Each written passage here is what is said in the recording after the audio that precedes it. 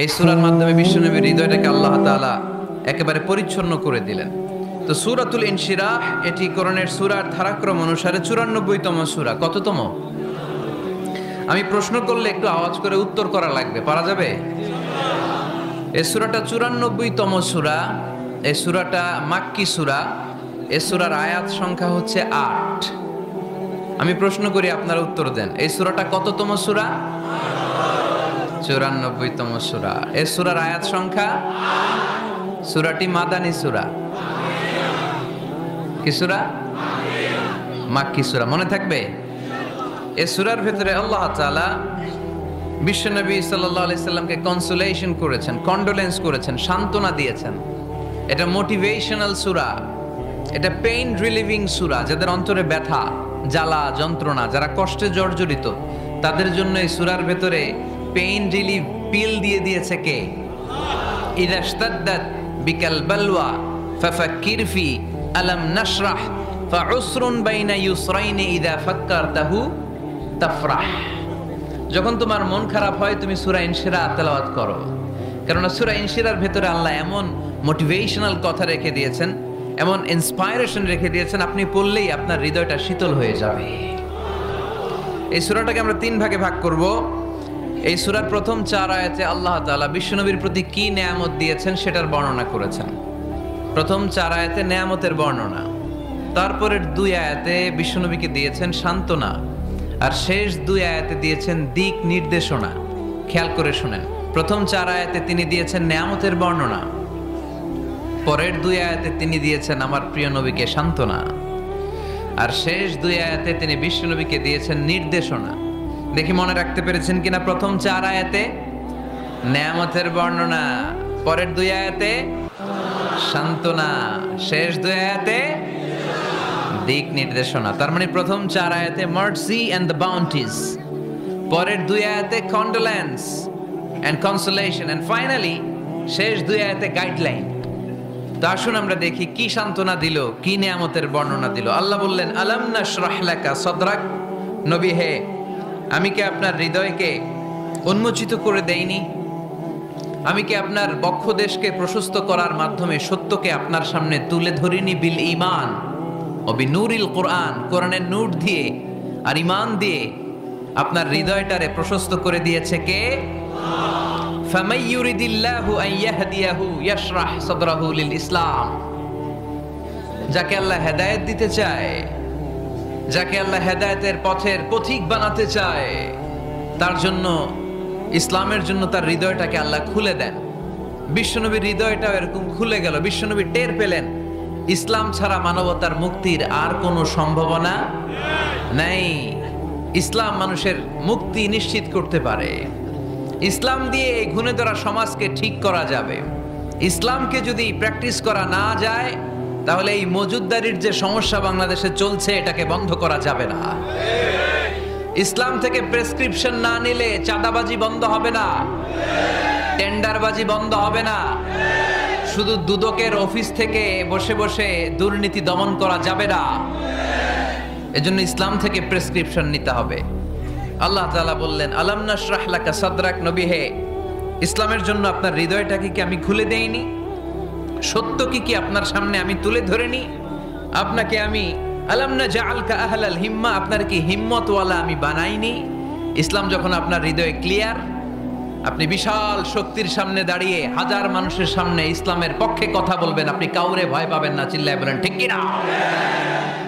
এজন্য আল্লাহ বললেন, আলাম নাশরাহ লাকা সাদরাকা ওয়া ওয়াদা'না আনকা বিজরাকাল্লাযী আনকাযা যাহরাক ওয়া রাফা'না লাকা যিকরাক। সুবহানাল্লাহ পড়েন। নবী, আপনার হৃদয়টাকে আমি ইসলামের জন্য প্রশস্ত নিয়ে একেবারে সুনিশ্চিতভাবে বুঝতে পেরেছেন, জানতে পেরেছেন যে মানব সমস্যার সমাধান আছে শুধু ইসলামের ভেতরে। কিসের ভেতরে? এজন্য আমাদেরকে ইসলাম মানতে হবে। কি মানতে হবে? ইসলাম মানবো কতক্ষণ দেহে প্রাণ থাকে? ইসলাম মানবো কোনখানে? সবখানে। উত্তর দেন, ইসলাম মানবো কতক্ষণ দেহে প্রাণ থাকে? ইসলাম মানবো কোনখানে? রাজি আছেন নাকি ভাগাভাগি করবেন? কিছু ইসলাম, কিছু মন মতো, মসজিদ, মাহফিল, মাদ্রাসা, ইসলাম, আর গোটা দুনিয়াটা মন মতো, এরকম ভাগাভাগি করা যাবে না। খবরদার। ইসলাম মানবতার মুক্তির সোপান, বিশ্বনবী এটা নিশ্চিত হলেন। বিশ্বনবীর হৃদয়টারে উজালা করে দিল কে? আলাম নাশরাহ লাকা সাদরাক। হে নবী, আপনার হৃদয় কি আমি খুলে দেইনি? হৃদয় খুলে দেয়া মানে হৃদয়ের মধ্যে হিম্মত তৈরি করে দেয়া। সাইয়েদনা মুসা আলাইহিস সালাম এই দোয়াটা আল্লাহর কাছে করেছিলেন, রব্বি ইশরাহলি সাদরি ওয়া ইয়াসসিরলি আমরি। আল্লাহ, আমার কাজ সহজ করেন, আমার হৃদয়টারে আপনি খুলে দেন। সাইয়েদনা মুসা আলাইহিস সালাম আল্লাহর কাছে চেয়েছেন আল্লাহ যেন হৃদয় খুলে দেয়, কিন্তু আমার নবী চাওয়ার আগেই আমার নবী হৃদয়টারে খুলে দিয়েছে কে? আবার অনেক মুফাসসিরিনে ইকরাম বলেছেন এখানে শারহে সাদর দ্বারা শাক্কু সাদর উদ্দেশ্য, মানে সিনা চাক। আমার নবীর জীবনে পুরো জিন্দেগিতে 3 বার সিনা চাক হয়েছিল। কয়বার? সিনা চাক মানে বক্ষ বিদীর্ণ করা, ইংরেজিতে বলে ওপেন হার্ট সার্জারি। কি বলে? আপনাদের এই এলাকায় কারো হয় নাই? শুনছেন না এটা? ওপেন হার্ট সার্জারি, গলা থেকে নাভি পর্যন্ত একেবারে কেটে ফেলে। বিশ্বনবীকে এবার 3 বার এভাবে ওপেন হার্ট সার্জারি করা হয়েছে। একবার যখন বিষ্ণু ঈসা ইসলাম বনু সাদ গোত্রে ছিল তখন, দ্বিতীয়বার যখন কোরআন নাজিল হবে তার আগ দিয়ে তখন, 3 নম্বরে বিষ্ণু ঈসা ইসলামকে যখন ঊর্ধ্ব জগতের অনেক দামি দামি জিনিস দেখানো হবে ওই মেরাজ রজনীর সময়টাতে, তখন কোন সুবহানাল্লাহ। বিশ্বনবী বললেন, আমি উম্মে হানির ঘরে শুয়েছিলাম, আমাকে ছাদ 2 ভাগ করে ছাদের উপর দিয়ে নিয়ে হাতিমে কাবাতে শুইয়ে দেয়া হলো, গলা থেকে নাভি পর্যন্ত ছিঁড়ে ফেলা হলো, আমার হৃদয়টাকে বের করে জমজমের পানি দিয়ে ক্লিন করা হলো। আমার হৃদয়ে জ্ঞান, আমার হৃদয়ে ঈমান আর প্রজ্ঞা দিয়ে পরিপূর্ণ করা হলো। অনেক মুফাসসিরিনে ইকরাম বলেছেন আলাম নাশরাহ লাকা সাদরাক মানে হচ্ছে, হে নবী, আমি কি আপনার বক্ষ বিদীর্ণ করি নাই? কেউ কেউ বলেছেন এটা দ্বারা উদ্দেশ্য হচ্ছে বিশ্বনবীর বক্ষ বিদীর্ণ করার মধ্য দিয়ে বিশ্বনবীকে আল্লাহ তাআলা ব্রড মাইন্ডেড বানিয়েছেন। সুবহানাল্লাহ পড়েন। বিশ্বনবী কি ন্যারো মাইন্ডেড ছিলেন? কি ছিলেন? জোরে বলেন, আরো জোরে। ব্রড মাইন্ডেড, উদার, আকাশের মতো বিশাল, সাগরের মতো বিশাল, পাহাড়ের মতো সুউচ্চ ছিল বিশ্বনবীর হৃদয়, ঠিক কিনা? শুধু মুমিনদের জন্যই বিশ্বনবীর হৃদয়ে মায়া ছিল না, কাফেরদের জন্য মায়া ছিল। সুবহানাল্লাহ পড়েন। রাহমাতাল লিল আলামিন। আমার নবী কি ছিল? সবাই বলেন, ওমা আরসালনাকা ইল্লা রাহমাতাল লিল আলামিন। I have sent you as a mercy for the entire universe. নবী হে, আমি আপনাকে গোটা বিশ্বের সবার জন্য রহমত করে প্রেরণ করেছি। রাহমাতাল লিল আলামিন। আল্লাহ এখানে চাইলে বলতে পারতেন রাহমাতাল লিল মুসলিমিন, নবী আপনি শুধু মুসলিমদের জন্য রহমত, এটা বলছে? নবী আপনি শুধু মুত্তাকিদের জন্য রহমত, বলছে? চাইলে বলতে পারতেন নবী আপনি শুধু রাহমাতাল লিল মুসাল্লিন, যারা মসজিদে যায় মুসল্লি নামাজ পড়ে তাদের জন্য রহমত, বলেছে? কি বলছে? রাহমাতাল লিল আলামিন। I have sent you as a mercy for the entire universe. গোটা বিশ্বের জন্য আপনি রহমত। সুবহানাল্লাহ পড়েন। সবার জন্য রহমত, সবার জন্য হৃদয় দিল দরিয়া। এজন্য তিনি ছিলেন ব্রড মাইন্ডেড, কখনো মানুষের ক্ষতি করতে চাইতেন না। এমনকি যুদ্ধের ময়দানে যেখানে আপনি প্রতিপক্ষকে আঘাত করবেন সেখানেও বিশ্বনবী ক্ষয়ক্ষতিকে মিনিমাইজ করার ট্রাই করতেন। তিনি যখন খায়বার দুর্গে আক্রমণ করবেন তার মিলিটারিকে, বিষ্ণু ঈসা ইসলাম মিলিটারিকে 5 ভাগে ভাগ করতেন। 5 ভাগে ভাগ করতেন। কি কমান্ডার ছিলেন তিনি! এক ভাগের নাম মুকদ্দমাতুল জাইশ, ফ্রন্ট উইং। ডান দিকে একটা থাকতো মাইমানা, বায়ে একটা থাকতো মাইসারা, মাঝখানে যে ব্যাটালিয়ন থাকতো এটার নাম কালব, পেছনেরটার নাম খালফ। সুবহানাল্লাহ পড়েন। এজন্য বিশ্বনবী যখন অ্যাটাক করতেন তখন সবাই বলতো যা আল মুহাম্মদ ওয়াল খামিস, মুহাম্মদ তার 5 উইং এর ব্যাটালিয়ন নিয়ে আমাদের উপর আক্রমণ করেছে। যুদ্ধের ময়দানে তিনি ঘোষণা দিতেন, খবরদার, এই যে ইহুদিদের উপর আক্রমণ করবা, যুদ্ধ করবা, কোন নারীদের গায়ে হাত তুলো না, শিশুর গায়ে হাত তুলো না, বৃদ্ধ বৃদ্ধার গায়ে হাত তুলো না, খ্রিস্টান পাদ্রী বাবা যারা আছে, ফাদার অফ খ্রিস্টিয়ান, পাদ্রীদের গায়ে হাত তুলো না, যুদ্ধ করতে যে গবাদি পশু মেরো না, গাছপালাগুলো ভেঙো না। সুবহানাল্লাহ কইতে মনে চায় না? গেছে যুদ্ধ করতে, গেছে কি, কিন্তু ক্ষয়ক্ষতি মিনিমাইজ করার জন্য কি চেষ্টা করতেন! কি রহমতের নবী! সবাইকে সম্মান করতেন, সবাইকে মানুষ হিসেবে দেখতেন। আমরা ভাগ করে ফেলি। আমরা দেখা মাত্রই যদি দেখি মাথায় টুপি আর দাড়ি, তখনই ভাবা শুরু করি এটা কার মুরিদ? ঠিক কি সরসিনার মুরিদ, না চরমনায়ের মুরিদ, না আটরশির মুরিদ, না অমুক জায়গার মুরিদ? অথবা আমরা বলতে শুরু করি কি জামাত করে, না খেলাফত মজলিস করে, না ইসলামী আন্দোলন করে, না তাবলীগ করে। ভাগাভাগি আছে না নাই? কিন্তু আমরা তাকে মানুষ হিসেবে দেখি না। আগে দেখতে হবে মানুষ। আপনার চোখ দিয়ে যা দেখবেন এগুলো মানুষ, এগুলো সবাই মানুষ। বিশ্বনবী মানুষ হিসেবে সবাইকে ট্রিট করতেন। সাহাবাদেরকে নিয়ে বিশ্বনবী বসে আছেন, একটা লাশ নিয়ে যাওয়া হচ্ছে, লাশ দেখে বিশ্বনবী দাঁড়িয়ে গেলেন। সাহাবারা বললেন, ইয়া রাসূলুল্লাহ, আপনি দাঁড়ালেন যে? ইন্নাহু ইয়াহুদি, এটা ইহুদির লাশ। ইন্নাহু ইয়াহুদি, এটা তো ইহুদির লাশ, বসেন। দাঁড়ালেন যে? বিশ্বনবী বললেন, আওয়ালাইসাত নাফসান, এটা কি মানুষ না? সুবহানাল্লাহ পড়বেন না? আওয়ালাইসাত নাফসান, হোক না ইহুদি, হোক না খ্রিস্টান, হোক না আস্তিক আর নাস্তিক, এটা কি মানুষ নয়? সে মানুষ। সবার উপরে মানুষ সত্য, তাহার উপরে নাই। মাখলুকাতের মধ্যে সবচাইতে বেশি শ্রেষ্ঠতম হচ্ছে মানুষ। বিশ্বনবী সবাইকে মানুষ হিসেবে ট্রিট করতেন। এজন্য বিশ্বনবী হচ্ছেন সবচেয়ে বেশি ব্রড মাইন্ডেড, মানে খোলা মনের, বড় মনের, দিল দরিয়া। ন্যারো মাইন্ডেড ছিলেন না। আমরা ন্যারো মাইন্ডেড, আমরা অল্পতে ঝগড়া বাঁধিয়ে দেই, আমরা অল্পতে অন্যকে গালমন্দ করি, আমরা অল্পতে ভাগাভাগি করি। ভাগাভাগি করবেন না, সহজ করে ইসলামকে উপস্থাপন করুন। আর দিন ও ইউসরুন লা উসরা ফি। আমার প্রিয় ফরিদপুরের ভাইয়েরা, দিন সহজ, এটার মধ্যে কাঠিন্যতা নাই। আমরা এটারে কঠিন বানাইছি। আমি প্রায় বিভিন্ন মাহফিলে বলি যে আল্লাহ ছাড় দেয় কিন্তু মাওলানা ছাড় দেয় না। আছে না নাই? আল্লাহ ঠিকই ছেড়ে দিয়েছে, মৌলবী ছাড় দেয় না। বিশ্বনবী সাহাবাদেরকে নিয়ে বসা, এক বেদুইন এসে মসজিদের ভিতরে উট ঢুকায় দিছে, মসজিদে নববীতে, আর মসজিদের মাঝখানে বসে পেশাব করা শুরু করে দিচ্ছে। আপনাদের এখানে ফরিদপুরের সবচেয়ে বড় মসজিদ কোনটা? কি নাম? এই কেন্দ্রীয় জামে মসজিদের ভিতরে যদি এক হিন্দু ঢুকে পেশাব শুরু করে, কি করবেন? হ্যাঁ, ওই কয় কোবায়ালাম, তো আবেগে ওরে পিটানো শুরু করবে সবাই। সাহাবারাও তাই শুরু করলেন, মারতে উদ্ধত হলেন। বিশ্বনবী বললেন, এই রাখো রাখো, ওরে পেশাব করতে দাও, পেশাব করতে দাও। এর কারণ, কেউ যখন ইউরিন পাস করে, স্টুল পাস করে, তখন এটা তাকে ধীরে সুস্থে করতে দিতে হয়।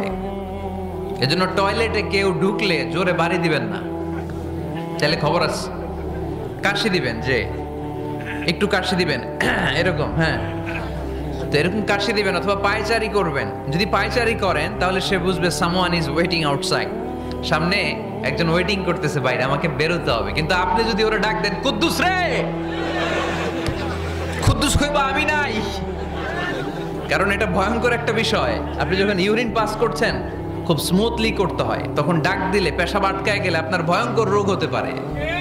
কি ফিলোসোফার ছিলেন, কি বড় ডাক্তার ছিলেন বিশ্বনবী মুহাম্মদ সাল্লাল্লাহু আলাইহি ওয়াসাল্লাম। বিশ্বনবী বলেন, ওরে ডেকো না, কাজ সারতে দাও। ইচ্ছা মতো বেটা পেশাব করার পরে বিশ্বনবী গেলেন, যে বললেন, তুমি যে পেশাব করেছো, তুমি কি জানো এই জায়গাটা কি? বেদুইন বলে, না, আমি তো জানি না এই জায়গাটা কি। বিশ্বনবী বললেন, এটা আমাদের ইবাদতগাহ। এটা আমাদের কি? ইবাদতগাহ। এখানে ঢুকে আমরা আমাদের রবরে ডাকি, আল্লাহরে ডাকি, আমরা নামাজ পড়ি, জিকির করি, তাসবিহ পড়ি, এটা আমাদের ইবাদতগাহ। কাজটা করা তোমার মোটেও ঠিক হয়নি। লোকটা অবাক হয়ে গেল, ঘটনা কি? তাদের ইবাদতগাহতে আমি পেশাব করেছি, আর আমাকে জামাই আদর, আর আমাকে এত সুন্দর করে বলে যে এটা ইবাদতগাহ। আমাদের ইবাদতগাহের ভিতরে যদি কেউ এরকম করতো, ওরে তো একেবারে সাইজ করে ফেলতাম। সে অবাক হয়ে গেল। সে জিজ্ঞেস করলো, হু আর ইউ, কে আপনি? বিশ্বনবী বললেন, না মুহাম্মদ সাল্লাল্লাহু আলাইহি ওয়াসাল্লাম, আমি শান্তির ধর্ম ইসলামের প্রেরণার বাণী বাহক। আমি লা ইলাহা ইল্লাল্লাহ মুহাম্মাদুর রাসূলুল্লাহ এই বাণী দিয়ে গোটা বিশ্বে বিপ্লব তৈরি করতে এসেছি। বেদুইন বলল, আমাকেও আপনার বিপ্লবে শরীক করে নেন। ইসলাম মারামারি কাটাকাটিতে আসে নাই। আপনার ব্রড মাইন্ডেড অ্যাটিটিউড দেখে হিন্দু ভাইরা কালিমা পড়ে মুসলমান হয়ে যাবে। এজন্য আল্লাহ বললেন, আলাম নাশরাহ লাকা সাদরাকা ওয়া ওয়াদা'না আনকা বিজরাক আল্লাযী আনকাদা যাহরাক ওয়া রাফা'না লাকা যিকরাক। সুবহানাল্লাহ পড়েন। আলাম নাশরাহ লাকা সাদরাক। নবী হে, আমি কি আপনারে ব্রড মাইন্ডেড বানিয়ে দেই নাই? এটা আপনার জীবনে বড় নিয়ামত। আপনি সংকীর্ণ মনা না, আপনি ছোট মনের মানুষ নয়, আপনি বিশাল হৃদয়ের মানুষ। ইসলামের জন্য আপনার হৃদয়টারে আমি নবী খুলে দিয়েছি। এ হলো বিশ্বনবীর উপর প্রথম নিয়ামত। 2 নম্বরে আল্লাহ বললেন ওয়া ওয়াদা'না আনকা বিযরাকাল্লাযী আনকাযা যাহরাক। নবী হে, আমি আপনার পিঠ থেকে বিশাল বোঝাটা নামিয়ে দিয়েছি। সুবহানাল্লাহ পড়েন। কি নামিয়ে দিয়েছি? বোঝা। উত্তর করতে হবে, রেসপন্স। এটা তাফসীর মাহফিল, এটা হচ্ছে ক্লাসের মতো, যে কথা বলে শিক্ষক আর আমরা সবাই ছাত্র, ঠিক কি না? বোঝা নামিয়েছি নবী। কি নামিয়েছি? তাফসীরে 2টা এসেছে। বিজরুন মানে বোঝা, বিজরুল যাম পাপের বোঝা, আর একটা হচ্ছে বিজরুল গাম চিন্তার বোঝা। বিশ্বনবীর কোনো পাপ নাই, বিশ্বনবীর সব কিছুকে মাফ করে দিয়েছে কে? লিয়াগফির লাকাল্লাহু মা তাকদ্দামা মিন যামবিকা মা তাআখার। নবী আপনার আগেরও গুনাহ নাই, আপনার পরেরও গুনাহ নাই। আপনি নবী মাসুম, আপনার গুনাহ নাই, আপনি নিষ্পাপ। নবীদের গুনাহ হয় না। আহলুস সুন্নাহ ওয়াল জামাআতের আকীদা হচ্ছে নবীরা মাসুম, নবীদের জীবনে কোনো গুনাহ হয় না। চিৎকার করে বলেন ঠিক কি না? ও নবী, ওয়া ওয়াদা'না আনকা বিজরাক, আপনার এই বোঝা আমি নামিয়ে দিয়েছি। বিশ্বনবী ভাবতেন 40 বছর বয়সে আমি নবী হলাম, তার আগে যা করলাম আল্লাহ এটা কি করবে? আল্লাহ বলে নবী, আপনার আগের গুনাহ, পরের গুনাহ, গুনাহ বলতে কিছুই নাই, সবই মাফ, সব মাফ। তারপরেও আমার নবী বলতেন আল্লাহে লা আস্তাগফিরুল্লাহ ওয়া আতুবু ফিল ইয়াউম আকসার মিন 70 মাররা। আমি এমন নবী যার কোনো গুনাহই নাই, আগের গুনাহও নাই, পরের গুনাহও নাই, তারপরেও আমি নবী প্রতিদিন 70 বারেরও বেশি তওবা আর ইস্তেগফার পড়ি। আমাদের জন্য শিক্ষা। তাহলে আল্লাহ বললেন ওয়া ওয়াদা'না আনকা বিজরাক, পাপের বোঝা আমি নামিয়ে দিলাম। বিশ্বনবীর কোনো পাপ নাই, পাপ মুক্ত। তাফসীরে 2 নম্বরে এসেছে বিজরুল গাম চিন্তার বোঝা। বিশ্বনবী সব সময় আমাদেরকে নিয়ে চিন্তা করতেন। কাকে নিয়ে চিন্তা? কথা বলেন। আমাদেরও চিন্তা আছে না নাই? কিসের চিন্তা? হ্যাঁ, টাকার চিন্তা। ফরিদপুরের ভাইদের টাকার চিন্তা। আর কিসের চিন্তা আপনাদের? হ্যাঁ, উম্মতের চিন্তা। মাশাআল্লাহ, এই ভাই উম্মতকে নিয়ে ভাবে। আপনাদের আর কার কি নিয়ে চিন্তা বলেন? পেটের চিন্তা। এদিকে পাওয়া গেছে পেটের চিন্তা, এদিকে বউয়ের চিন্তা, কবরের চিন্তা। আর কিসের চিন্তা? আখিরাতের চিন্তা। তো আমাদেরও চিন্তা আছে, বিশ্বনবীরও চিন্তা ছিল। 2 চিন্তা কি এক? বিশ্বনবীর কাঁধে তো পুরো উম্মার জিম্মাদারি। কিয়ামত পর্যন্ত যারা পৃথিবীতে আসবে সবার জন্য বিশ্বনবী কাঁদতেন। এই আওয়াজ করে কে? এদিকে কি হইছে? ওরে বসায় দেন। বিশ্বনবীর গোটা উম্মা নিয়ে চিন্তা। সব নবীকে আল্লাহ তাআলা একটা করে দোয়া দিয়েছিলেন আর বলেছিলেন, নবী একটা স্পেশাল দোয়া করার সুযোগ তোমাদেরকে দিলাম, ওই দোয়া করলেই কবুল হয়ে যাবে। কিন্তু সুযোগ পাবা জীবনে কয়বার? সবাই বলেন কয়বার? সব নবী কয়টা করে পাইছে? সব নবী তাদের দোয়াগুলো দুনিয়াতেই করে ফেলেছে। ये तो बेस्ट सेलर है ना, कैसी है? বিশ্বনবী বলেন লিকুল্লি নবিয়্যিন দাওয়া মুস্তাজাবা। এই দুনিয়াতে সব নবীদের একটা করে মুস্তাজাবুদ দাওয়া আছে। আল্লাহ বলেছে ও নবী একটা করে স্পেশাল দোয়া করার সুযোগ পাবা, দোয়াটা করা মাত্রই কবুল করে নেব। বিশ্বনবী বললেন এই পৃথিবীর বুকে যত নবী রাসূল দুনিয়ায় এসেছে সব নবীরা তাদের স্পেশাল দোয়া দুনিয়ায় করে ফেলেছে, ইল্লা আনা, কিন্তু আমি করি নাই। বিশ্বনবী বললেন ওয়া ইন্নী আখতাবিউ দাওয়াতি শাফাআতান লিউম্মতি ইয়াউমাল কিয়ামা। আমি আমার স্পেশাল দোয়াটা করি নাই। আমার স্পেশাল দোয়াটা আমি আমার গুনাহগার উম্মতকে বাঁচানোর জন্য কিয়ামত পর্যন্ত রেখে দিয়েছি। আমরা যেদিন বিপদে পড়ে যাব, যেদিন আমার আব্বা আমারে চিনবে না, আমি আমার আব্বারে চিনব না, নেতা তার কর্মীরে চিনবে না, কর্মী নেতারে চিনবে না, ঠিক কি না? পীর সাহেব মুরিদরে চিনবে না, মুরিদ পীর সাহেবরে চিনবে না, স্বামী তার স্ত্রীরে চিনবে না, স্ত্রী তার স্বামীরে চিনবে না, নবী থেকে শুরু করে, অলি থেকে শুরু করে, শহীদ থেকে শুরু করে সবার মুখে একটাই জিকির, ইয়া নাফসি ইয়া নাফসি ইয়া নাফসি। আকাশের সূর্যটা যেদিন মাথার কাছে চলে আসবে, জমিনটা তামার জমিন হয়ে যাবে, সূর্যের তাপে মাথার মগজগুলো ভাতের মাড়ের মতো গলে গলে নাকের ছিদ্র, কানের ছিদ্র দিয়ে টপ টপ করে বেয়ে বেয়ে নিচে পড়বে। ওই কঠিন দিনে কেউ কাউরে চিনবে না। বিষ্ণু বললেন, ওই দোয়াটা আমি দুনিয়ায় করি নাই, আমি বদরের যুদ্ধে মার খেয়েছি, উহুদের যুদ্ধে দাঁত ভেঙেছি, আমি না খেয়ে পেটে পাথর বেঁধেছি। আমি যদি ওই দিন দোয়া করতাম, আল্লাহ দোয়া কবুল করে নিত, জান্নাতি খাবার দিয়ে দিত, আমার মায়ের খাওয়া লাগতো না, তায়েফে আমার রক্ত ঝরতো না, দোয়া করলেই কবুল। কিন্তু ওই দোয়াটা আমি দুনিয়ায় করি নাই, ওই দোয়াটা আমার জন্য, আপনার জন্য, আমাদের জন্য বিশ্বনবী জমা রেখে দিয়েছে।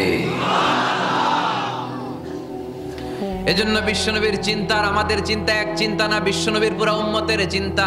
কিয়ামত পর্যন্ত যত মানুষ আসবে সবাই আমার উম্মত, না জানি তাদের নসিবে কি হয়ে যায়। এই চিন্তার বোঝা বিশ্বনবীকে কাবু করে ফেলেছিল। আল্লাহ বললেন, নবী নো টেনশন, কোনো টেনশন নাই, আপনার এই চিন্তার বোঝাকে আপনার পিঠ থেকে আমি আল্লাহ নিজ দায়িত্বে সরিয়ে নিলাম। এজন্য আল্লাহ বললেন, আলাম নাশরাহ লাকা সাদরাকা ওয়া ওয়াদা'না আনকা বিজরাক আল্লাযী আনকাদা যাহরাক। যেই চিন্তার বোঝা আপনাকে কষ্ট দেয়, যেই চিন্তার বোঝা আপনারে পেরেশান করে তোলে, আপনার পিঠ থেকে ওই চিন্তার বোঝা নবী আমি সরিয়ে নিলাম। কি দিয়ে সরিয়ে নিল? কোরআনের আলো দিয়ে।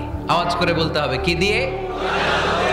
বিশ্বনবী মক্কায় দেখতেন মূর্তির পূজা হয়, আল্লাহর ঘরের ভিতরে 360টা মূর্তির পূজা। বিশ্বনবী দেখতে পেলেন দুর্বলের উপরে সবলের অত্যাচার, বিশ্বনবী দেখতে পেলেন নারীদেরকে অত্যাচার করা হয়। কন্যা সন্তান হলে বাবা তার মেয়েটাকে নিয়ে জঙ্গলের ভেতরে ঢুকে কিংবা মরুভূমির ভেতরে যে জীবিত দাফন করে দেয়। ওয়াইদাল মাউউদাতু সুইলাত ওয়াদুল বানাত। বিশ্বনবী এগুলো দেখতেন চারপাশে, দেখে এই পথহারা জাতিকে কিভাবে উদ্ধার করবেন, কি দিয়ে উদ্ধার করা যায়, এই টেনশনে বিশ্বনবীর পিঠ বাঁকা হয়ে গিয়েছিল। উপমা বাঁকা হয়ে গিয়েছিল, বিশ্বনবী সব সময় পেরেশান থাকতেন। আল্লাহ বললেন, নবী টেনশনের দরকার নাই, হেরা গুহায় এমন একটা নূরের আলো দিয়ে আমি আপনারে আলোকিত করব, যার মাধ্যমে সব পেরেশানি দূর হয়ে যাবে। ألم نشرح لك صدرك ووضعنا عنك وزرك الذي أنقض ظهرك। আপনাকে পেরেশান বানিয়ে দেয় এরকম সব চিন্তার বোঝা আমি আল্লাহ সরিয়ে নিলাম। সুবহানাল্লাহ। দুইটা নেয়ামত শুনলাম, এবার 3 নম্বরের নেয়ামত আল্লাহ বললেন, ওয়া রাফা'না লাকা যিকরাক। এই আয়াতটা মুখস্থ করতে হবে আজকে, আমার সাথে সাথে পড়েন, ওয়া রাফা'না লাকা যিকরাক। সবাই বলেন নাই, পড়েন, ওয়া রাফা'না লাকা যিকরাক ওয়া রাফা'না লাকা যিকরাক।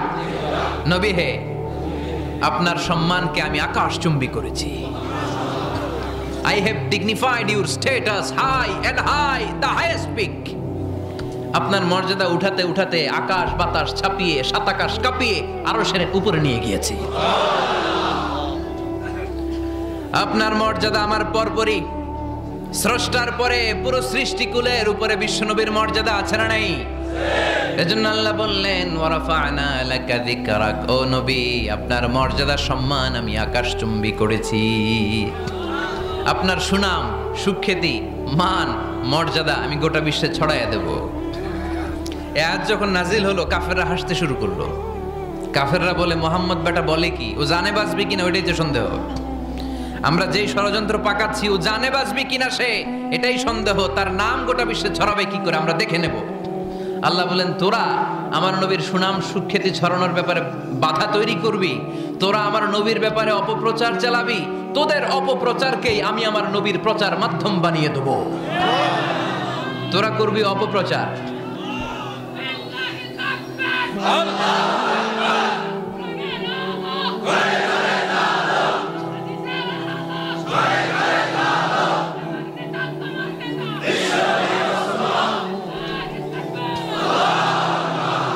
তোদের অপপ্রচারকে আমি আমার নবীর জন্য প্রচার মাধ্যম বানিয়ে দেব।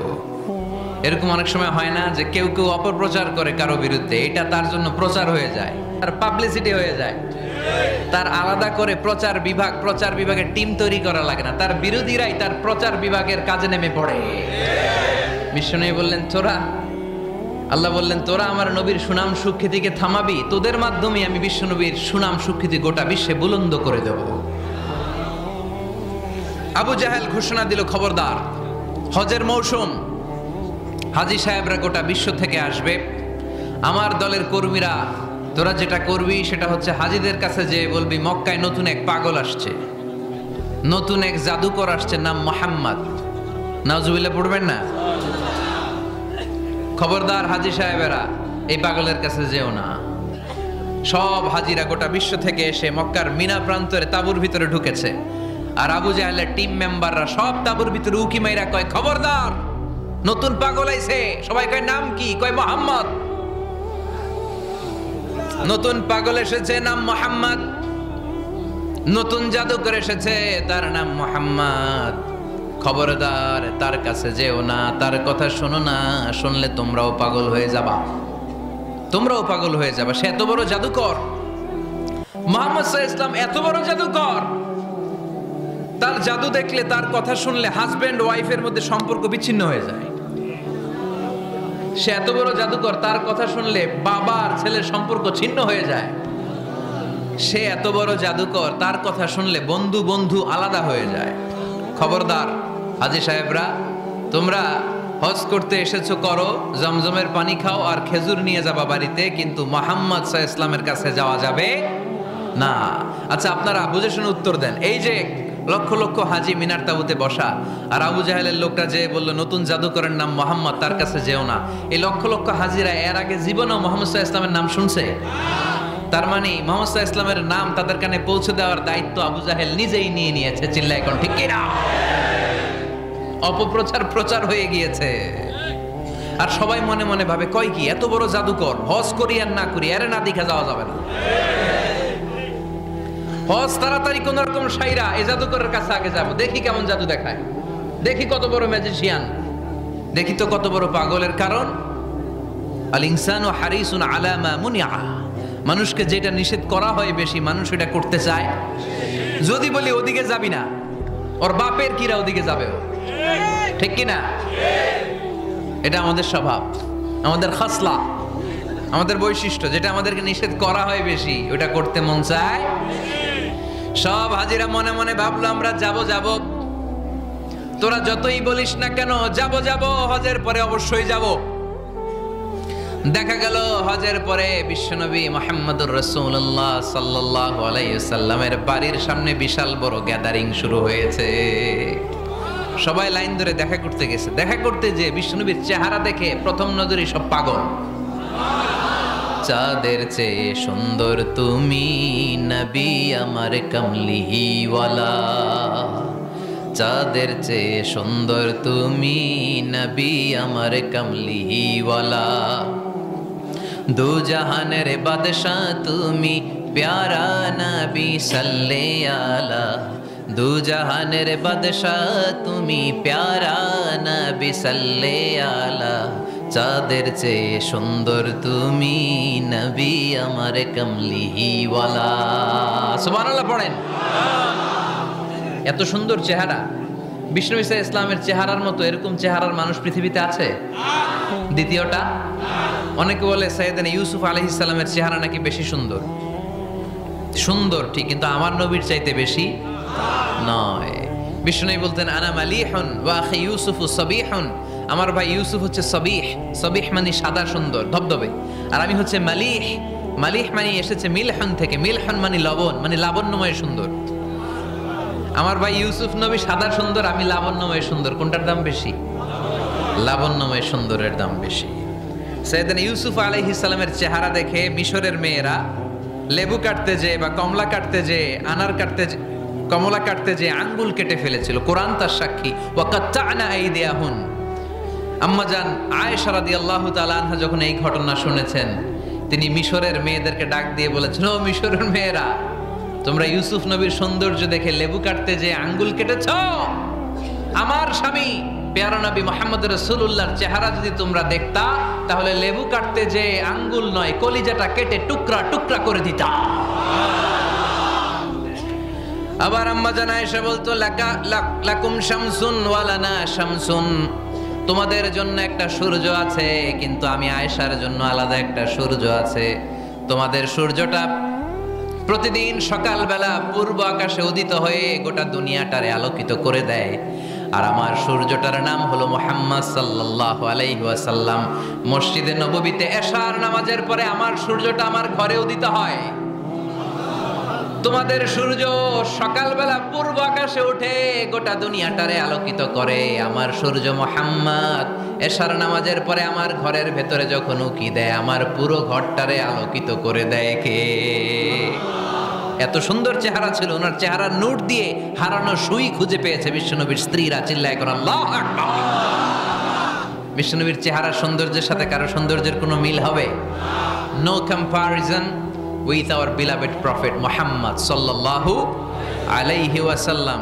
Whether it's the fitness, whether it's the appearance, whether it's the status, no comparison with our prophet. এটা ফিটনেসের দিক থেকে হোক, এটা চেহারার সৌন্দর্যের দিক থেকে হোক, এটা কণ্ঠস্বরের ঝংকারের দিক থেকে হোক, সম্মান আর মর্যাদার দিক থেকে হোক, আমার নবীর সম্মানের ধারে কাছেও সম্মান পৃথিবীর কারো হতে পারে না। চিল্লায় বলেন ঠিক কিনা?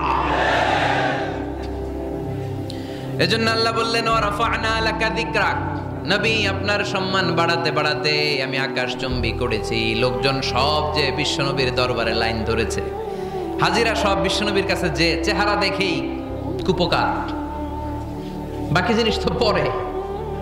অনেকে আছে না চেহারা দেখলেই মানুষ পাগল হয়ে যায়, আছে না নাই? চেহারা দেখেই পাগল, চেহারা দেখেই পাগল। তারপর তারা মিলাতে লাগলো। মিনার তাবুতে আবু জাহেলের কর্মীরা ঘোষণা দিয়েছিল এলাকায় মুহাম্মদ নামে পাগল এসেছে। তারা মিলায়ে দেখে না, এই মহামানব কোনোদিন পাগল হতে পারে না, কারণ পাগলের চুলগুলো থাকে উস্কো খুস্কো, ঠিক কিনা? আমার নবী সাল্লাল্লাহু আলাইহি ওয়াসাল্লামের চুল উস্কো খুস্কো ছিল? কত সুন্দর চুল আঁচড়ে রাখতেন, জাইতুনের তেল দিতেন, আতর ঢেলে মাথার শীতের মধ্যে ঢেলে দিতেন, কপাল বেয়ে বেয়ে পড়তো, আর যেখানে সেজদা দিতেন সেজদার জায়গায় আতরের ঘ্রাণে আমোদ হয়ে যেত। হাতের তালুতে পারফিউম মাখতেন, আর মানুষের সাথে মুসাফা করলে যার সাথে মুসাফা তার হাতের সাথে নবীর ব্যবহৃত পারফিউমের ঘ্রাণ ছুটে যেত। এত পরিচ্ছন্ন ছিলেন তারা। বিশ্বনবীর চেহারার সাথে আবু জাহেলের বক্তব্যের মিল খুঁজে পায় না। তারা বলে না, এই লোক কখনো পাগল হতে পারে না। পাগলের চুল থাকে উস্কো খুস্কো, জামা থাকে ছিঁড়া ফাড়া, গায়ের মধ্যে থাকে ময়লা। পাগল কখনো দাঁত মাজে না, কিন্তু বিশ্বনবীর মুচকি হাসির ফাঁক দিয়ে দাঁতের দিকে তাকালে মানুষগুলো সব পাগল হয়ে যায়। স্মাইল দিতেন বিশ্বনবী, স্মাইল, মুচকি হাসি, তাবাসসুম। বিশ্বনবীর মুচকি হাসি দেখলে মানুষ পাগল হয়ে যেত, পাগল পড়া হয়ে যেত। তারা বলে না না, এই মহামানব তো কখনো পাগল হতে পারে না। আবার মিলাতে লাগলো। আবু জাহেলের কর্মীরা বলেছিল এটা নাকি বড় জাদুকর, কিন্তু তারা বলে না না, এই অসাধারণ লোকটা জাদুকর হতে পারে না, সে তো কোনো মন্ত্র পড়ে না। জাদু করার জন্য মন্ত্র পড়ার দরকার আছে না নাই? বিষ্ণুনবী কি মন্ত্র পড়তো? বিষ্ণুনবী কি পড়ে শোনাতো? চিল্লায় বলেন, কি পড়ে শোনাতো? কোরআন শোনাতো। এত সুন্দর কণ্ঠ ছিল বিশ্বনবীর, পাগল হয়ে যেত মানুষ শুনতে শুনতে, পাগল পড়া হয়ে যেত, বিমুগ্ধ হয়ে যেত। তারা সবাই বলতে আরম্ভ করলো, আবু জাহেল তুমি মিথ্যাবাদী, তবে তোমাকে ধন্যবাদ এরকম একটা মানুষের সাথে পরিচয় করিয়ে দেওয়ার জন্য। সুবহানাল্লাহ কইলেন না? আমরা মেনে নিতে পারলাম না সে পাগল নয়, জাদুকর নয়, সে হলো এই জামানার পয়গাম্বার। আমরা পড়ে নিলাম লা ইলাহা ইল্লাল্লাহু আলাইহি ওয়াসাল্লাম ওয়া রাফা'না লাকা যিকরাক। নবী হে, এইভাবে আমি আপনার সম্মানকে বাড়িয়েছি। হাইসুমা যুকিরতু যুকিরতা মাই। নবী যেখানে আমার নাম নেওয়া হবে আমার পর আপনার নামও নেওয়া হবে। পড়েন সুবহানাল্লাহ। যেখানে আমার আল্লাহর নাম তারপরে আমার নবীর নাম আছে না নাই? কালিমার ভেতরে লা ইলাহা ইল্লাল্লাহ আমার আল্লাহর নাম শোভা পায়, তারপরে মুহাম্মাদুর রাসূলুল্লাহ দ্বিতীয় বাক্যে আমার নবীর সুন্দর নামটা আছে না নাই? কালেমার মধ্যে প্রথমে আল্লাহর নাম, তারপরে নবীর নাম। হাইসুমা যুকিরতু যুকিরতা মাই। নবী কিভাবে আপনার মর্যাদা আমি বাড়াবো জানেন? যেখানে আমি ওইখানেই আপনি, যেখানে আমার নাম নেওয়া হবে তারপরেই সৃষ্টিকুলের মধ্য থেকে শুধু আপনার নাম নেওয়া হবে। সুবহানাল্লাহ পড়েন। আপনার উম্মতেরা গোটা বিশ্বে সালাত আদায়ের জন্য আজান দিবে। আজানের প্রথম 4 বাক্যে আমি আল্লাহর বড়ত্ব, আল্লাহু আকবার। তারপরের 2 বাক্যে আমি ছাড়া কোনো ইলাহা নাই, এটার সাক্ষ্য দেয়া হবে। তারপরের 2 বাক্যে সবাই সাক্ষ্য দিতে বাধ্য, আপনি ছাড়া দুনিয়ায় আর কোনো শেষ রাসূল নাই।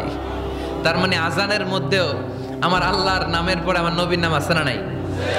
এরপর আমরা একামত দিয়ে জামাত শুরু করি।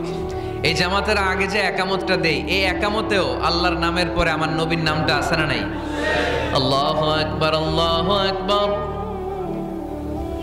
আশহাদু আন লা ইলাহা ইল্লাল্লাহ, আশহাদু আন্না মুহাম্মাদার রাসূলুল্লাহ সাল্লাল্লাহু।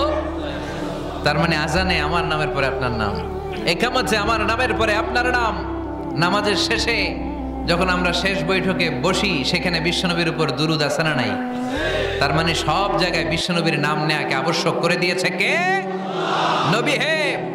এই গোটা বিশ্বের ভেতরে সূর্য উঠবে, সূর্য ডুববে, শীত যে গ্রীষ্ম আসবে, দিন যে রাত আসবে, এক মুহূর্তের জন্য আপনার নামের আলোচনা থামবে না। চিল্লায় বলো ঠিক কিনা? রাফা'না লাকা যিকরাক, I have dignified your status very high, very high।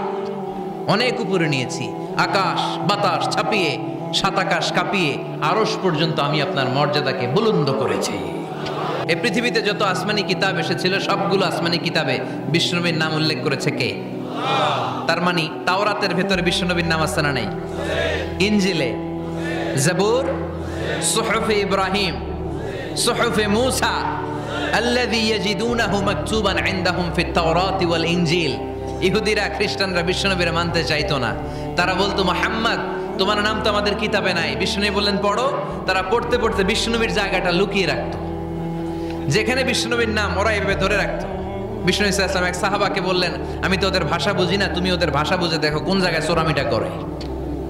প্রতিটা কিতাবের প্রতিটা পাতায় পাতায় বিষ্ণুনবীর নাম আছে না নাই?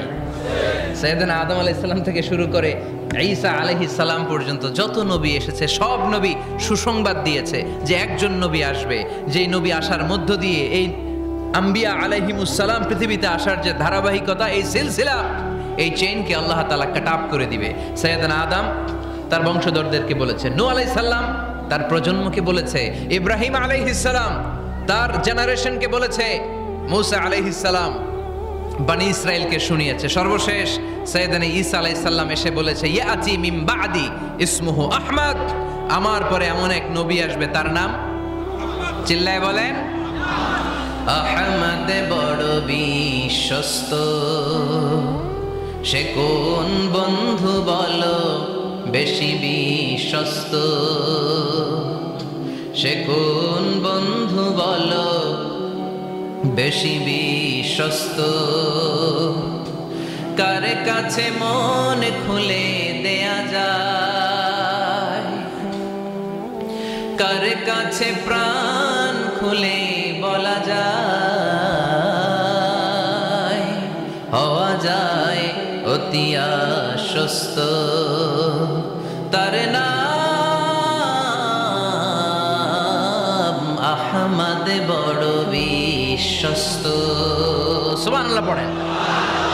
ইয়াতি মিন বাদি ইসমুহু আহমদ, আমার পরে এমন এক নবী আসবে তার নাম হবে আহমদ। এই নবীর পরে আর কোন নবী আছে? চিল্লায় বলেন, লা নবিয়্যা বাদি ওয়ালা রাসূলা, আমার পরে কোনো নবীও নাই, আমার পরে কোনো রাসূলও নাই। তবে আমার পরে যদি নবী হওয়ার যোগ্যতা কারো থাকে, আমার ওমরে ফারুক নবী হওয়ার যোগ্যতা রাখে। কোনো নবী নাই, খাতামুন নবিয়্যিন, আমার পরে কোনো নবী নাই। তার মানে বিশ্বনবীর জীবনে 3 নাম্বার নিয়ামত হলো রাফা'না লাকা যিকরাক, মর্যাদা আমি বাড়াতে বাড়াতে বাড়াতে বাড়াতে নবী অনেক উপরে নিয়েছি। আবার আল্লাহ আমাদেরকে ডেকে বললেন, ও ইমানদার বান্দারা শোনো, আমি স্বয়ং আল্লাহ তাআলা আমার ফেরেশতা বাহিনী নিয়ে এই নবীর উপরে স্বয়ং আমি দুরূদ পড়ি। ইন্নাল্লাহা ওয়া মালাইকাতাহু ইউসাল্লুনা আলান নবী ইয়া আইয়ুহাল্লাযীনা আমানু সাল্লু আলাইহি ওয়া সাল্লিমু তাসলিমা।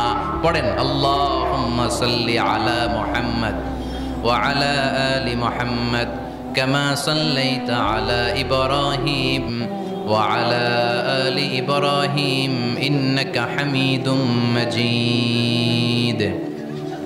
আল্লাহুম্মা বারিক আলা মুহাম্মদ ওয়া আলা আলি মুহাম্মদ কামা বারাকতা আলা ইব্রাহিম وعلى آل إبراهيم إنك حميد مجيد। চিৎকার করে পড়েন সুবহানাল্লাহ।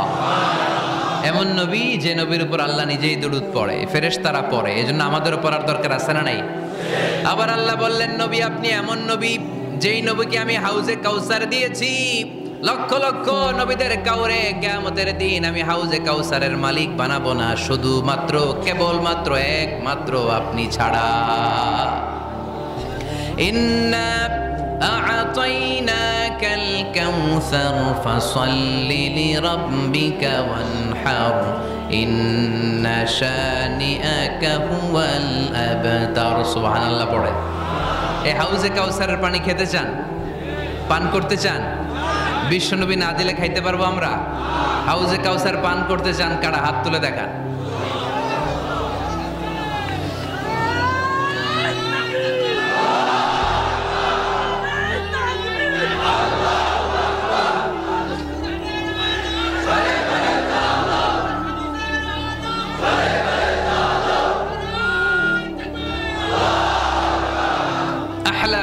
আসাল, হাউজে কাউসারের পানি মধুর চেয়েও মিষ্টি।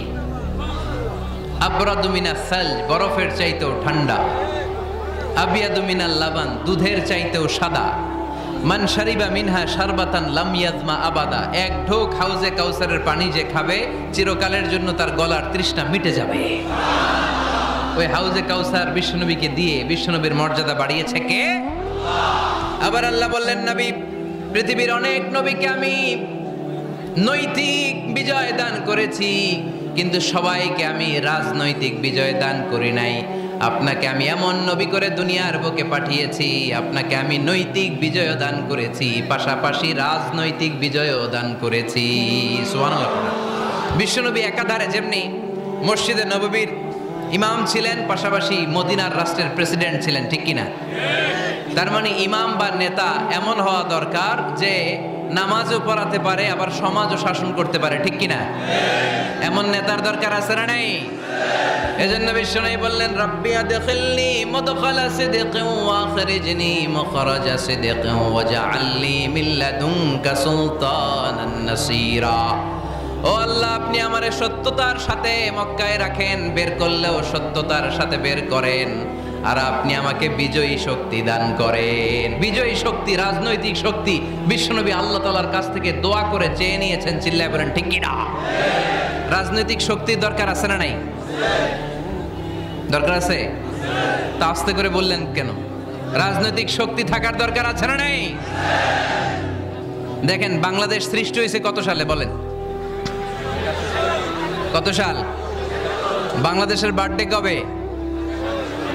1971-এ। এই 71 সালের পর থেকে আমাদের বাংলাদেশে সুদ আছে না নাই? কিন্তু সুদের বিরুদ্ধে ওয়াজ আছে না নাই? করতাম, এখন করতেছি, সামনেও করব, মাগার সুদ মরবে না। এর কারণ যেটা আইন করে প্রণয়ন করা হয় ওইটা ওয়াজ করে মারা যায় না, ওইটারে আইন করে নষ্ট করতে হয়। চিল্লায় বলেন ঠিক কিনা? আমি সারা জীবন সুদের বিরুদ্ধে ওয়াজ করলে সুদ যাবে না, কিন্তু দেশনেত্রী মাননীয় প্রধানমন্ত্রী যদি কালকে ঘোষণা দেয় বাংলাদেশের কোনো ব্যাংকে ব্যাংকিং ফিনান্সিয়াল ট্রানজাকশনে কোনো সুদ চলবে না, তার পরের দিন থেকে বাংলাদেশে কোনো সুদ থাকবে না। চিল্লায় বলেন ঠিক কিনা? এজন্য সাইয়েদনা ওমর ফারুক বলতেন ইন্নাল্লাহা লা ইয়াযাউ বিল কুরআন মা ইয়াযাউ বিস সুলতান। আল্লাহ মাঝে মাঝে ক্ষমতার মাধ্যমে এমন কিছু করে যেটা আল্লাহ কোরআনের মাধ্যমেও করে না। চিল্লায় বলেন ঠিক কিনা? কালকে যদি ঘোষণা হয়ে যায় 5 ওয়াক্ত নামাজ যদি না পড়া হয় 5 বেত। কয় বেত? চেয়ারম্যান না পড়লে চেয়ারম্যানের পিছনে 5 বেত, এমপি না পড়লে এমপির পিছনে 5 বেত। কথা বলেন? মাননীয় প্রধানমন্ত্রী যদি এটা ঘোষণা দিয়ে দেয় যে কালকে থেকে নামাজ না পড়লে 5 বেদ, এটা সবার জন্য এই আইন, একটা বেনামাজি খুঁজে পাওয়া যাবে? সব কই দৌড়াবে মসজিদে, অজু থাকলেও দৌড়, না থাকলেও দৌড়। কারণ মায়ের উপরে কোনো ওষুধ আছে? কথা বলেন। কারণ মায়েরে ভিটামিন আছে, মায়েরে কি আছে?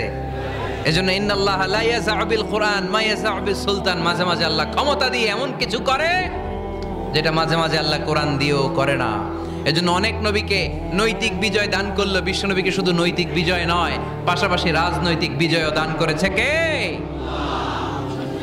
তিনটা নিয়ামতের ঘোষণা দিয়ে আল্লাহ বললেন, আলাম নাশরাহ লাকা সাদরাকা ওয়া ওয়াদা'না আনকা বিজরাক আল্লাযী আনকাদা যাহরাক ওয়া রাফা'না লাকা যিকরাক। পড়েন সুবহানাল্লাহ।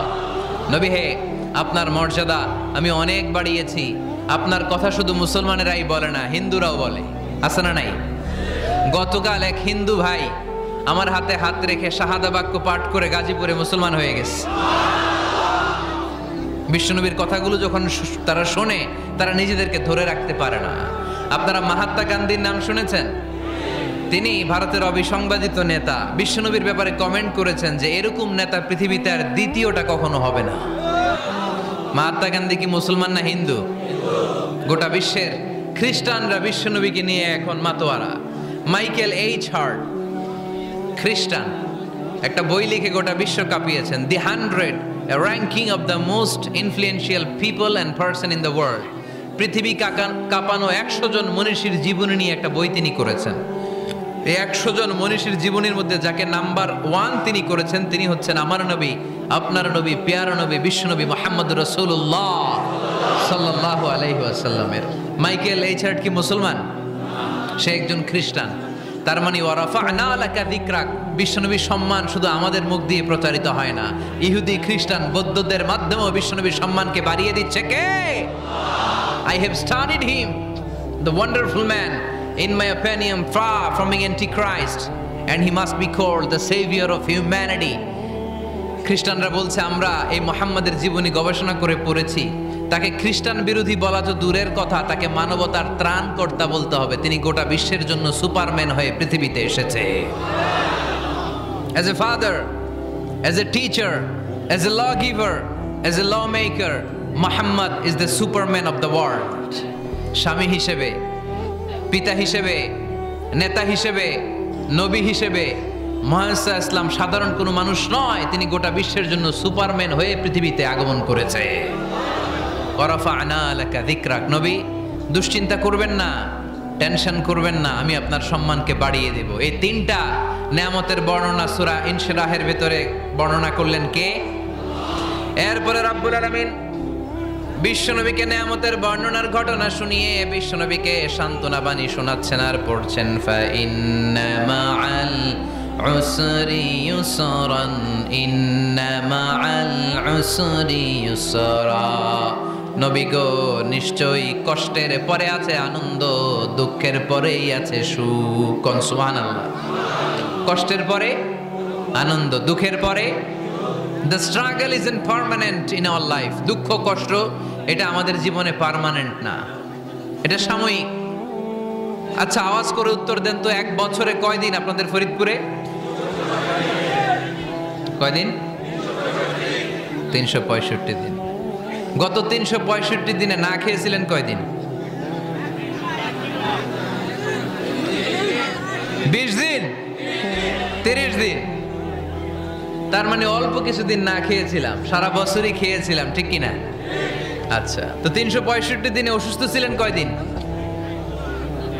4-5 দিন, কিংবা 20 দিন, কিংবা 1 মাস, কিংবা 56 দিন, কিংবা 65 দিন। তার মানে বাকি 300 দিন আরামে ছিলাম কি ছিলাম না? তার মানে আমাদের জীবনে দুঃখ বেশি না আনন্দ বেশি? সুখ বেশি না কষ্ট বেশি? এজন্য আল্লাহ বললেন, খবরদার, মুমিন কখনো হেরে যায় না, মুমিনের হারাবার কিছু নাই।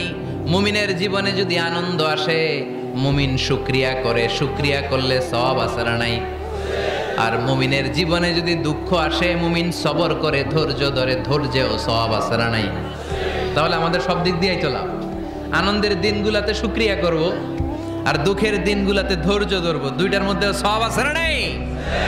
এজন্য বিশ্বনবী বললেন, আজাবান লি আমরিল মুমিন, মুমিনের বিষয়টা খুবই আশ্চর্যের। ফাইন আসাবাতহু সাররাউন শাকারা, মুমিন যদি আনন্দে থাকে সে শুকরিয়া করে, শুকরিয়া করলে লাভ আছে না নাই? ওয়াইন আসাবাতহু দাররাউন সাবারা, আর দুঃখে পড়লে সে সবর করে, ধৈর্য ধরে, ধৈর্য ধরলে সওয়াব আছে না নাই? তার মানে আমাদের হারাবার কিছু আছে। মাঝে মাঝে আল্লাহ আমাদেরকে দুঃখ কষ্ট দিয়ে পরীক্ষা করতে চান, এগুলো আমাদের জন্য খারাপ নয়। এই দুঃখ কষ্ট বিপদ আমাদের কোমরকে সোজা করে, আমাদের পায়ের মাটিকে শক্ত করে, চিল্লায় বলেন ঠিক কিনা? প্রতিকূল পরিবেশে কিভাবে বাঁচতে হয় এই দুঃখ কষ্ট আমাদেরকে শিখায়। এজন্য মুমিন বান্দার বৈশিষ্ট্য হচ্ছে দুঃখ কষ্ট বেদনা জ্বালা এগুলোতে সে আপসেট হয় না, সে হাল ছেড়ে দেয় না, সে ভরসা রাখে একজনের উপর। চিল্লায় বলতে হবে তিনি কে? কারণ মুমিন জানে রাত্রি যত গভীর হয় অন্ধকার তমানিসা ভেদ করে সুবহে সাদিক হয়। মুমিন জানে গর্ভবতী নারীর পেটের ব্যথা যেই দিন বাড়তে থাকে ওই দিনই নতুন মেহমান আগমনের সময় ঘনাতে থাকে।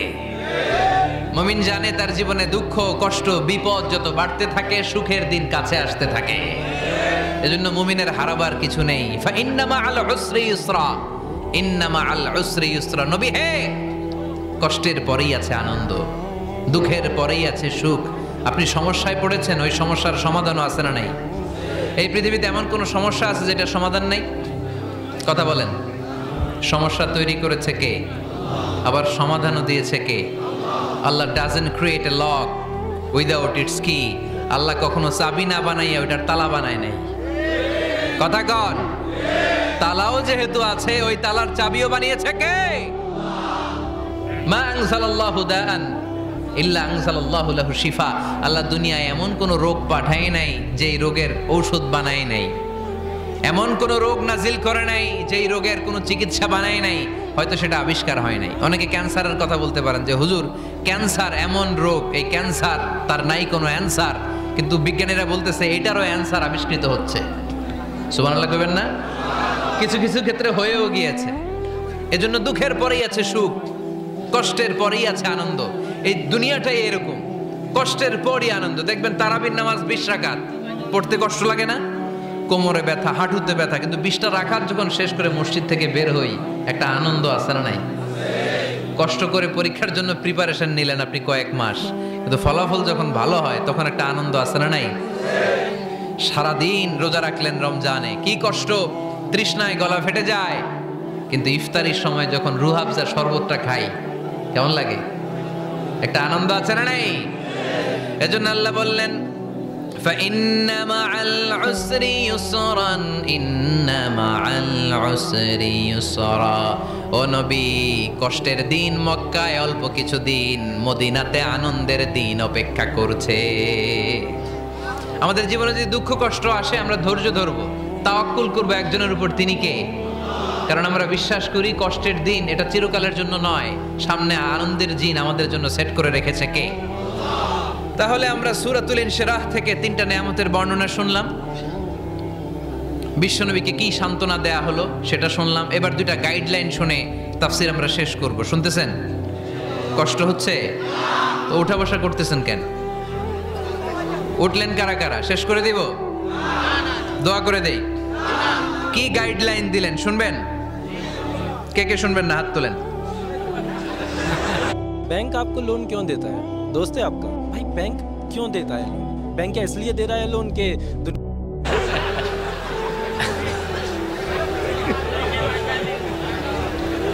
কষ্ট হইতেছে? গরম লাগতেছে না? আমিও ঘামতেছি আপনাদের সাথে সাথে। অনেক গ্যাদারিং হয়ে গেছে। আসেন আল্লাহর নামে 3টা তাকবীর দেই, তারপর কোন 2টা গাইডলাইন তিনি বিশ্বনবীকে দিলেন ওই নির্দেশনা বাণীটুকু শুনে আজকে আমরা বিদায় নেব। আওয়াজ করে পড়তে হবে লিল্লাহে তাকবীর, লিল্লাহে তাকবীর, লিল্লাহে তাকবীর। গাইডলাইন নাম্বার 1, ফাইদা ফারাগতা ফানসাব। নবী আপনি যখন অবসর হন আপনি ইবাদতে মশগুল হন। ফানসাব ফিল ইবাদা, তাফসীর ইবনে কাসিরে এসেছে আপনি ইবাদতে মশগুল হন যখন আপনি অবসর পান। অবসর আল্লাহর দেয়া বড় নেয়ামত, এটা বিশ্বাস করেন? অবসর কিন্তু নেয়ামত। আমরা অনেকেই অবসর সময়কে কাজে লাগাই না, কিন্তু অবসর চলে যাওয়ার পরে যখন ব্যস্ত হয়ে পড়ি তখন বলি হায় রে, অবসরটা যদি কাজে লাগাইতাম। পরীক্ষার পরে 3 মাস ছুটি ছিল, এই 3 মাস অবসরে যদি পড়তাম তাইলেই তো আজকে ভার্সিটিতে চান্স পেয়ে যেতাম, ঠিক কি না? এজন্য বিশ্বনবীর আল্লাহ বললেন, নবী فَإِذَا فَرَغْتَ فَانصَبْ وَإِلَى رَبِّكَ فَارْغَب। মাদানী জীবনে, মাক্কি জীবনে, দাওয়াতি কার্যক্রমের পরে, রাষ্ট্রীয় কার্যক্রমের পরে যখনই আপনি অবসর পাবেন তখনই আপনি ইবাদত করেন, তখনই বেশি বেশি আল্লাহর কাছে দোয়া করে। দোয়াটা খুব শক্তিশালী, কিন্তু আমরা অনেকে জানি না কি করে দোয়া করতে হয়। সিনসিয়ার দোয়া ইজ লাইক এ মিসাইল। আপনারা প্রায় পত্রিকায় শুনবেন আমেরিকা অমুক দেশে মিসাইল হামলা করেছে, শুনছেন? মিসাইল হামলা এমন হামলা, কত সেন্টিমিটার বেগে যে কোন জায়গায় অ্যাটাক করবে, যেখানে মারার কথা ওখানে পড়বে। ঠিক দোয়াটা হচ্ছে মিসাইলের মতো। আপনি যদি দোয়ার মতো দোয়া করতে জানেন, ওই দোয়াটাও জায়গা মতো যে ভেদ করবে। চিল্লা এখন ঠিক কিনা? কিন্তু আমরা দোয়া করতে জানি না, কি করে দোয়া করতে হয় এটা জানি না। বিশ্বনবীকে আল্লাহ বললেন, নবী ফাইদা ফারাগতা ফানসব, যখন আপনি অবসর হবেন তখন আপনি দোয়া করেন, আল্লাহর কাছে চান। বেশি বেশি চাইলে খুশি হয় কে? তার মানে প্রথম ঘোষণা হলো ফাইদা ফারাগতা ফানসব। প্রথম নির্দেশনা হলো নবী, যখনই আপনি অবসর পাবেন ইবাদত করবেন এবং দোয়া করবেন, বেশি বেশি আল্লাহর কাছে চাইবেন। 2 নাম্বার দিক নির্দেশনা হলো ওয়া ইলা রাব্বিকা ফারগাব, সব সময় আপনি আপনার আল্লাহর দিকে মনোনিবেশ করবেন। বিপদে পড়লে ডাকবো কারে? আমাদের অসুস্থতাকে সুস্থতায় পরিণত করে দিতে পারে কে? চাকরির জন্য পাগল পারা, চাকরি নাই, চাকরির ব্যবস্থা করে দিতে পারে কে? বিদেশে যেতে মনে চায়, পাসপোর্ট দিয়ে রেখে